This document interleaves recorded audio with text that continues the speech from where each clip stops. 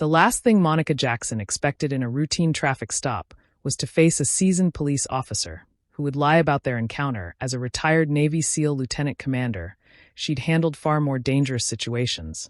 But this one struck at the core of her identity. Standing in the dim evening light checking directions on her phone, she never imagined she'd soon become the center of new Shoaib Buzzer story's most compelling tale. Of Justice Officer Simmons approached with an air of authority, his flashlight beam harsh against her face. 20 years of military service had taught Monica to read people, and everything about his stance screamed trouble. She could have easily overpowered him. Her SEAL training had prepared her for far worse. But she chose restraint, knowing this battle would be won in a different arena. When Simmons slammed her against his patrol car, fabricating charges of assault and resistance, he had no idea who he was dealing with. What followed would become a courtroom drama that exposed not just one officer's prejudice, but an entire system's flaws. This is the story of how a decorated veteran turned a moment of injustice into a powerful movement for change in the Grand Courthouse. Monica's military composure remained unshaken as Officer Simmons delivered his fabricated testimony. Her dark eyes tracked his every movement, noting the subtle tells she'd been trained to recognize: the slight tremor in his hands, the forced confidence in his stance. She became hostile. Simmons declared, his voice echoing through the chamber. When I attempted to de-escalate, she reached for my weapon. A ripple of whispers swept through the gallery, but Monica remained still, her hands folded calmly on the oak table.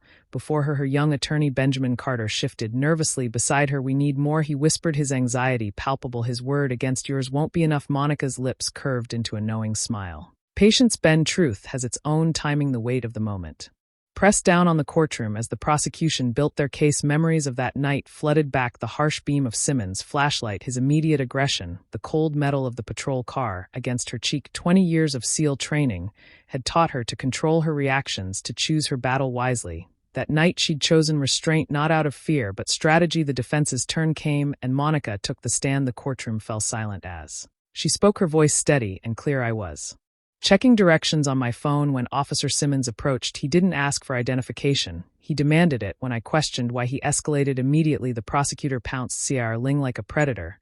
So you admit to questioning his authority? I questioned his motives. Monica corrected, her gaze unwavering. There's a difference, a significant one, that speaks to the heart of this case. Benjamin played the bystander video, and the atmosphere shifted dramatically. Simmons' voice rang out harsh and biased. Women like you need to learn how to listen. The gallery erupted in murmurs of disgust, the judge's gavel bar maintaining order.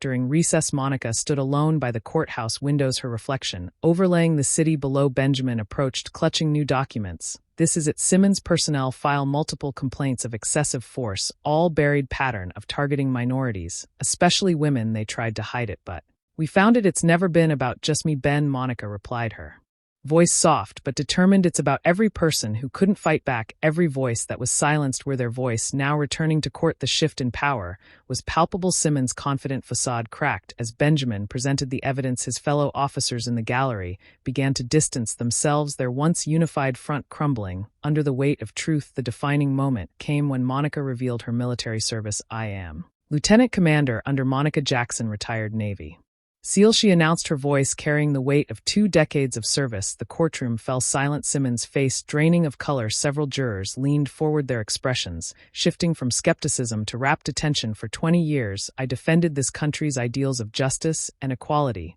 She continued, her gaze sweeping the jury. I faced enemies abroad, navigated hostile territories, and teams through the most challenging conditions imaginable, but I never expected to face such blatant abuse of power at home on the very streets. I swore to protect. Her testimony continued, each word carefully chosen to illuminate the larger issues at stake. That night, Officer Simmons didn't see a veteran, a citizen, or even a human being. He saw what his prejudices told him to see, someone he could dominate without consequences. Benjamin's CL Kling argument resonated through the hushed chamber. My client didn't resist arrest. She did something far more threatening to Officer Simmons.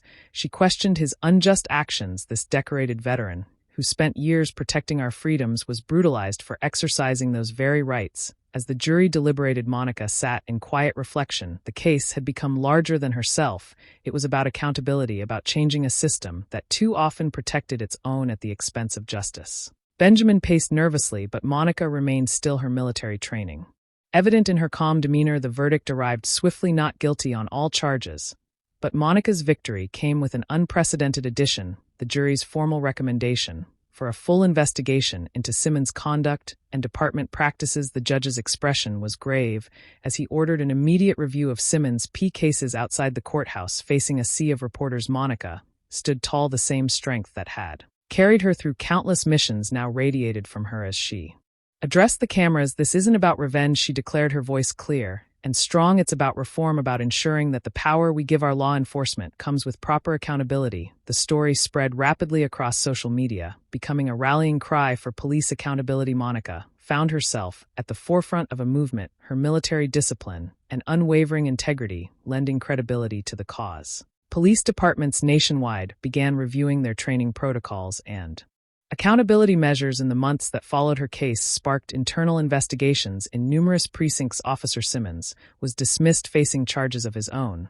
But for Monica, the real victory wasn't in one officer's downfall. It was in the changes his exposure brought about. She began speaking at Police Acme, sharing her story and advocating for better training and accountability. Her unique perspective as both a veteran and a victim of police misconduct brought a powerful voice to the ongoing national conversation about law enforcement reform. The case became a landmark example in police training programs, teaching future officers about the importance of ethical conduct and unbiased policing. Monica's fight for justice had transformed into something larger, a movement for systemic change, proving that one person's courage could inspire a nation to examine its conscience and demand better from those sworn to protect and serve. The courthouse steps were quiet now, months after the verdict. Monica stood there one evening watching the sunset paint the sky in shades of justice. Her phone buzzed, another precinct requesting her to speak about police reform. She smiled, remembering how her battle had sparked a nationwide conversation. Officer Simmons' case had led to 30 other cases being reopened, revealing a pattern of misconduct that could no longer be ignored.